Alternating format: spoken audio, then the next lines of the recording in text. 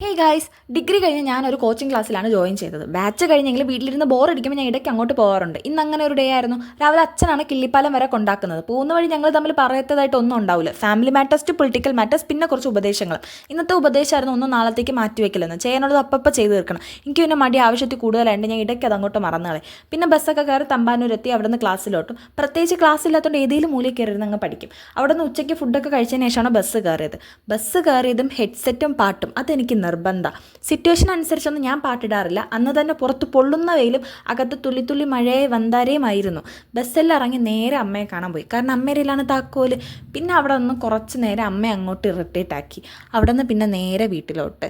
ദേ, ഈ കാണുന്നതാണ് എൻ്റെ വലിയ കുഞ്ഞു വീട്. ഞങ്ങളിവിടെ റെൻറ്റിനാണ്. ഒരു 3 ഇയർ എന്തോ ആയി. ബാഗൊക്കെ കൊണ്ടുവച്ച് നേരെ അടുക്കളയിലോട്ട് പോയി. കാരണം ലവ്ലോലിക്ക ഇടവേളകൾ ആനന്ദകരമാക്കാൻ ഞാൻ ഇത് കഴിക്കാറുണ്ട്. ഇത് കഴിച്ച് നേരെ കട്ടിലിൽ പോയൊരു കിടത്തം. അപ്പം ഇന്നത്തേക്ക് ഇത്രയേ ഉള്ളൂ. Bye guys.